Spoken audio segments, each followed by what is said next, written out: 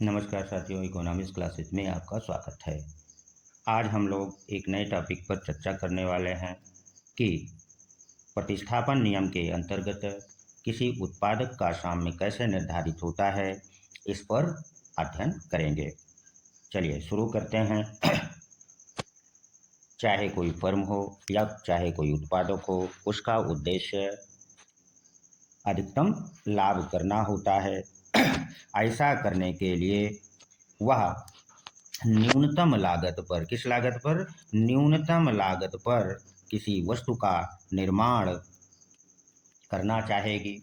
ऐसा करने के लिए वह सबसे पहले उत्पादन के कुशल साधनों का प्रयोग करेगी। किस साधन का? कुशल साधन का प्रयोग करेगी। और साधन की कुशलता की जांच करते समय वह ना केवल उत्पादन को ध्यान में रखेगी, किसे? ना केवल उसकी उत्पादन क्षमता को ध्यान में रखती है, बल्कि उसको दी जाने वाली मजदूरी अर्थात कीमत को भी ध्यान में रखती है। वो कैसे रखती है, हम एक सारणी की सहायता से आगे समझ लेते हैं।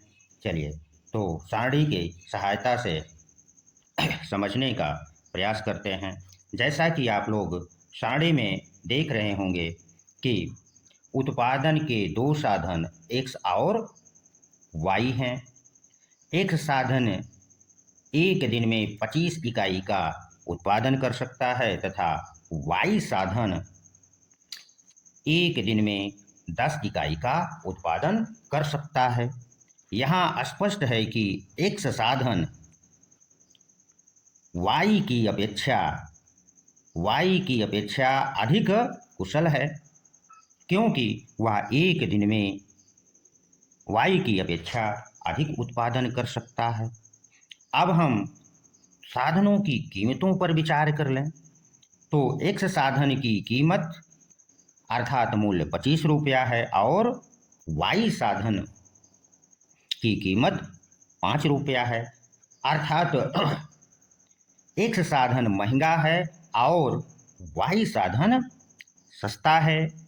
अब प्रश्न उठता है कि उत्पादन क्रिया में वह कौन से साधन का प्रयोग करेगा? सस्ते साधन का प्रयोग करना चाहेगा या महंगे साधन का? तो इसे भी समझ लीजिए कि किस साधन का वह प्रयोग करेगा, अर्थात इनकी तुलना कैसे करेगा और साधन कौन से साधन को उत्पादन क्रिया में लगाएगा।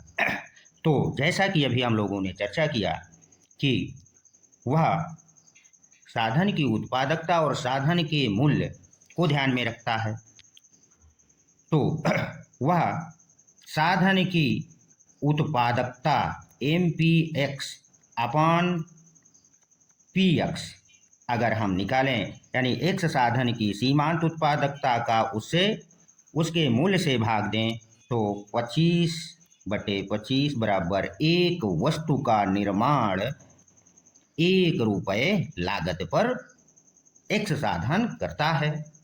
अब हम वाई साधन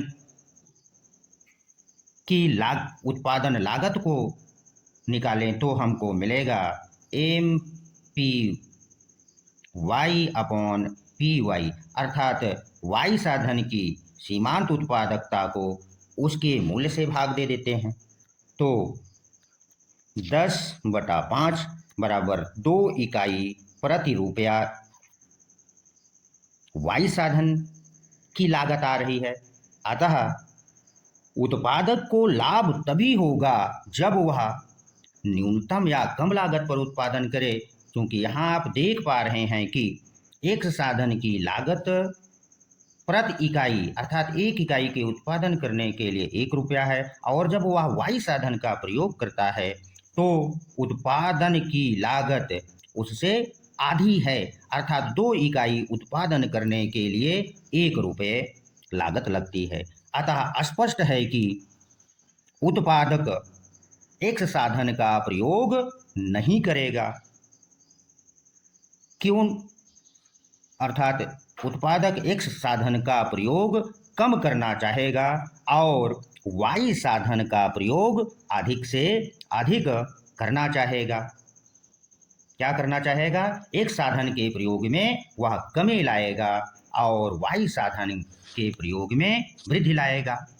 क्यों लाएगा? क्योंकि अभी हमने देखा कि M P X upon M P X less than M P Y upon P Y.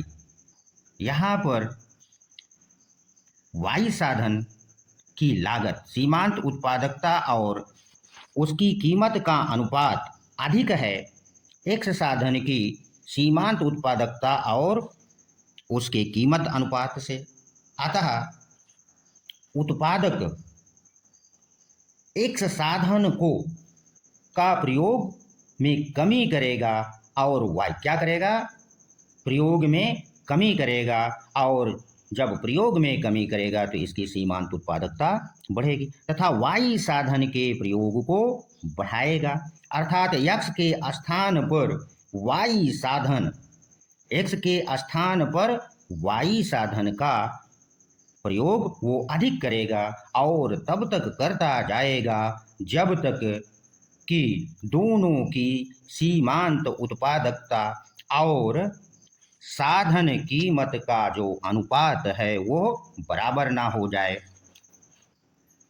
अर्थात एक्स साधन की सीमांत उत्पादकता और एक्स साधन का मूल्य बराबर वाई साधन की सीमांत उत्पादकता बटे वाई साधन का मूल्य बराबर एन साधन की सीमांत उत्पादकता बटे एन साधन का मूल्य की स्थिति जब तक ना प्राप्त हो जाए तब तक वह एक साधन का दूसरे साधन में प्रतिस्थापित करता जाएगा, और यही हमें उत्पादक के साम्य की स्थिति को बतलाता है और प्रतिस्थापन के नियम को भी दर्शाता है।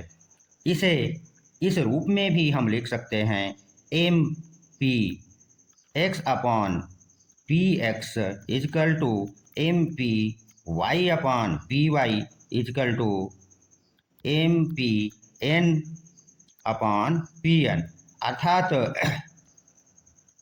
एक्स साधन की सीमांत उत्पादकता और उसके मूल्य का अनुपात बराबर है वाई साधन की सीमांत उत्पादकता और वाई साधन के मूल्य। इसी प्रकार जब उत्पादक अनेक साधनों का प्रयोग करेगा तो उनकी सीमांत उत्पादकता और उनको दी जाने वाली मजदूरी के अनुपात को ध्यान में रखेगा, और तब तक एक साधन को दूसरे साधन से वह प्रतिस्थापित करता जाएगा जब तक उनकी सीमांत उत्पादकता और साधन के मूल्य का अनुपात बराबर नहीं हो जाता। यही उत्पादक की साम्य स्थिति होगी और यही उत्पादन के विभिन्न साधनों का आदर्श संयोग होगा। आपसे परीक्षा में इस फार्मूले से संबंधित प्रश्न पूछा जाता है और आपको फार्मूला दे दिया जाता है और उसमें से कुछ गलत होते हैं, और जहाँ भी आपको उनकी सीमांत उत्पादकता और उनके मूल्य का अनुपात बराबर होगा वही फार्मूला सही होगा। चलिए आज के लिए इतना ही। अगले वीडियो में हम मिलेंगे कि एक उत्पादक के साम्य की स्थिति तथा साधनों का अनुकूलतम संयोग कैसे निर्धारित होगा, इस पर चर्चा करेंगे। धन्यवाद।